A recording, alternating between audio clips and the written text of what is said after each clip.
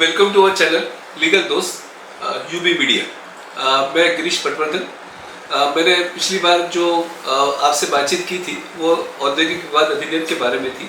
आज मैं उससे आगे औद्योगिक विवाद अधिनियम के अंतर्गत यदि किसी श्रमिक को कोई मामला श्रम न्यायालय के समक्ष प्रस्तुत करना हो तो वह किस प्रकार कर सकता है, इसके बारे में मैं आपसे बातचीत करूँगा। कई तरह के विवाद होते हैं जो श्रमिक और उनके नियोक्ता के बीच होते हैं। सबसे पहला जो विवाद होता है वह काम से बंद करने के बारे में होता है, सेवा समाप्ति के बारे में होता है। सेवा समाप्ति दो तीन तरीके से हो सकती है। एक तरीका जो होता है वो ये होता है कि नियोक्ता ने आरोप पत्र देकर जांच संपादित कर किसी की सेवाएं समाप्त की है। दूसरा तरीका जो होता है वो ये होता है कि किसी निश्चित अवधि के लिए किसी व्यक्ति की नियुक्ति थी और उसी अवधि में उसने काम किया, उसके बाद उसकी नौकरी जो है वो डिसकंटिन्यू कर दी गई, उसे बंद कर दिया गया। तीसरा तरीका ये हो सकता है कि कोई कॉन्ट्रैक्ट लेबर है और कॉन्ट्रैक्ट लेबर को जो मुख्य नियोक्ता है उस मुख्य नियोक्ता के निर्देश पर उसके ठेकेदार ने काम से बंद कर दिया। इस तरह के विवाद होते हैं और इन विवादों के निराकरण के लिए जो मशीनरी बनाई गई है वह मशीनरी सबसे पहला जो पायदान है वह कंसिलिएशन ऑफिसर या समझौता अधिकारी होता है। कोई भी श्रमिक जिसकी सेवाएं समाप्त की गई हैं वह स्वयं या अपने यूनियन के माध्यम से एक विवाद प्रस्तुत कर सकता है समझौता अधिकारी के सामने।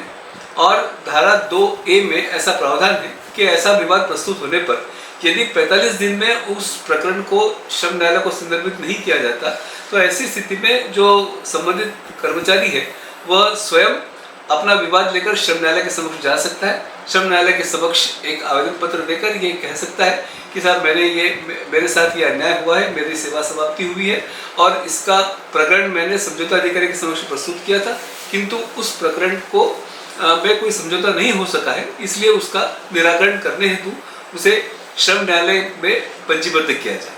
और ये जो इस तरह का विवाद होगा वह श्रम न्यायालय के जो श्रम न्यायाधीश हैं उनके लिए आवश्यक होगा कि वे ऐसे विवाद को पंजीकृत करें और उसके आधार पर प्रकरण को चलाएं।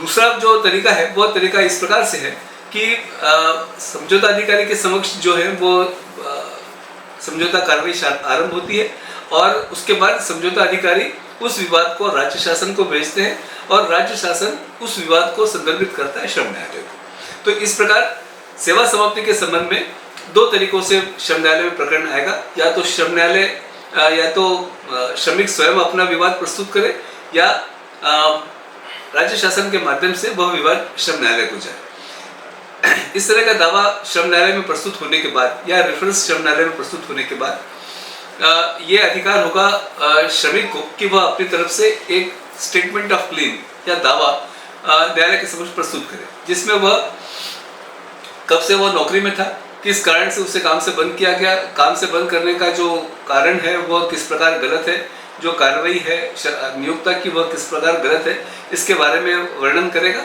और कहीं वो काम कर रहा है नहीं कर रहा है इसके संबंध में भी अपनी बात कहेगा और अंत में खुद स्वयं के लिए नौकरी पर रखे जाने के लिए एक निवेदन प्रार्थना करेगा। ऐसा दावा प्रस्तुत होने पर उसका सूचना पत्र जो है वो नियोक्ता को जारी होता है।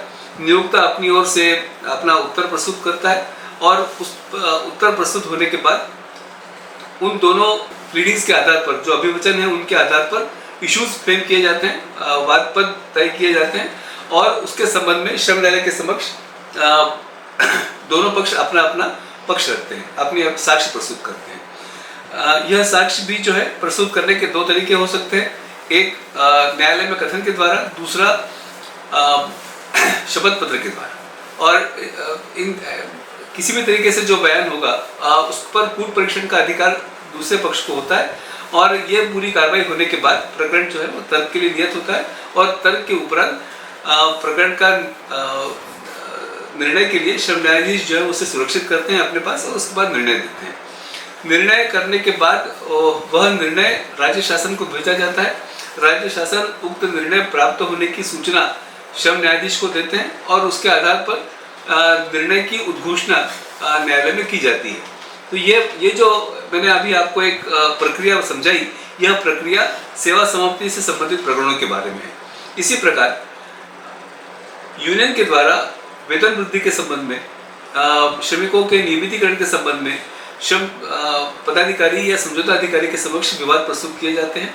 और उसका तरीका भी ऑलमोस्ट यही है, लगभग यही तरीका है। लेकिन जो जैसा मैंने आपको बताया था कि 45 दिन तक अगर श्रम पदाधिकारी उस पर कोई निर्णय न ले तो जो सीधे तौर पर श्रम न्यायालय में हम ले जा सकते हैं सेवा समाप्ति का प्रकरण, ऐसा प्रकरण जो अन्य सेवा समाप्ति से इतर अन्य प्रकरण हैं वे इस तरह से नहीं जा पाएंगे। यानी इसका कहने का मतलब ये है कि श्रम न्यायालय में सिर्फ रेफरेंस के द्वारा ही यह प्रकरण जा सकेगा, उसके अलावा नहीं जाएगा। फिर श्रम न्यायालय में प्रकरण जाने के बाद वही बात वापिस आती है कि जो यूनियन है वह अपनी तरफ से स्टेटमेंट ऑफ क्लेम प्रस्तुत करेगी, उसका सूचना पत्र नियोक्ता को जाएगा, उसका उत्तर नियोक्ता की ओर से प्राप्त होगा और उसके बाद में दोनों पक्षों के बयान लिए जाएंगे, कथन होंगे और उन कथनों के बाद निर्णय होगा। जो तीसरा प्रकार है वह तीसरा प्रकार एक और है जहां नियोक्ता द्वारा एक परिवर्तन का सूचना पत्र दिया जाता है धारा 9A के अंतर्गत, और वो जो वहाँ लागू प्रथाएं हैं उन प्रथाओं में भी परिवर्तन की मांग कर रहा है। तो ऐसी स्थिति में वह विवाद भी नियोक्ता के कहने पर श्रम न्यायालय को संदर्भित हो सकते हैं और वहाँ पर भी प्रक्रिया थोड़ी सी उल्टी होगी। वहाँ पर नियोक्ता अपनी ओर से स्टेटमेंट ऑफ क्लेम प्रस्तुत करेगा और यूनियन को उसका उत्तर प्रस्तुत करना पड़ेगा। पहले साक्ष्य नियोक्ता की होगी, उसके ऊपर दूसरी जो साक्ष्य है वह यूनियन की तरफ से होगी एवं उसके बाद न्यायालय की ओर से उसके ऊपर आदेश किया जाएगा।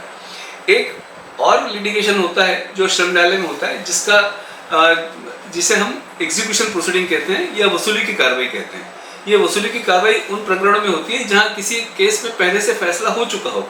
जहाँ फैसला हो चुका हो वहाँ पर उसके लिए धारा 33C(2) के अंतर्गत एक आवेदन पत्र जो प्रभावित श्रमिक है वह प्रस्तुत करता है, बताता है कि उसके पक्ष में एक आदेश हो चुका है और आदेश होने के बाद भी नियोक्ता की ओर से उस आदेश का पालन नहीं किया गया है, जो वेतन भुगतान उसे होना चाहिए था वह नहीं हुआ है और उसके आधार पर वह प्रकरण दर्ज किया जाता है, नोटिस जारी होते हैं नियोक्ता को, न्यायालय के द्वारा दोनों पक्षों को सुनने के बाद साक्ष्य ग्रहण करने के बाद यह निर्णय दिया जाता है कि कुल कितने रकम की पात्रता है और उसके आधार पर उसे कितनी रकम दिलाई जा सकती है। मैं इसके आगे ये तो मैंने आपके समक्ष जो बताया, ये श्रम न्यायालय के समक्ष प्रक्रिया क्या होगी ये बताया। आप लोगों के लिए ये जानना महत्वपूर्ण है कि श्रम न्यायालय का जो निर्णय है वह अंतिम होता है।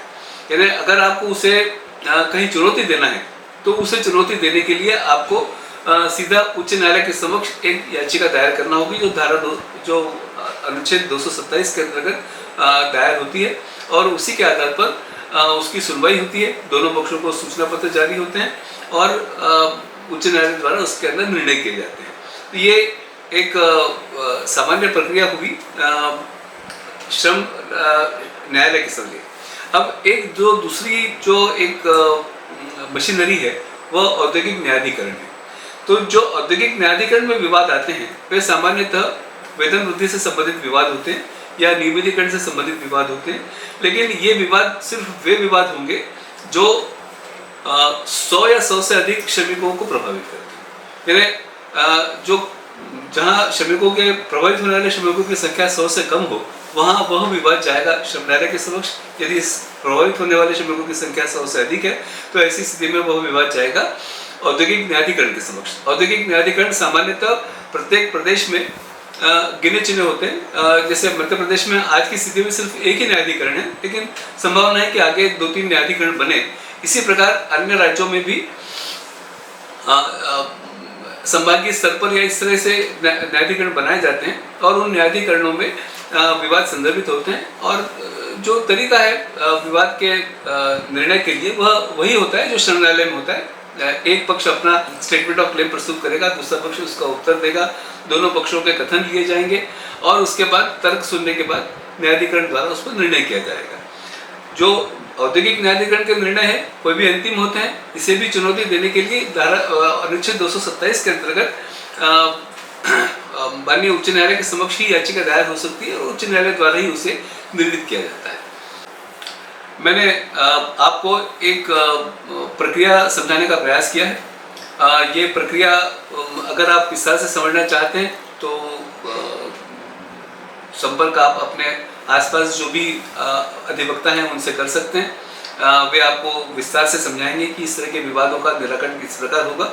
और ऐसे विवाद जब से अगर आपको कभी, मैं नहीं चाहते कि आपको कभी इस तरह का मौका पड़े कि आपको किसी न्यायालय में जाने की आवश्यकता हो, लेकिन अगर ऐसी आवश्यकता होती है तो फिर किसी अनुभवी व्यक्ति से इसके बारे में सलाह लें और उसके आधार पर कार्रवाई करें।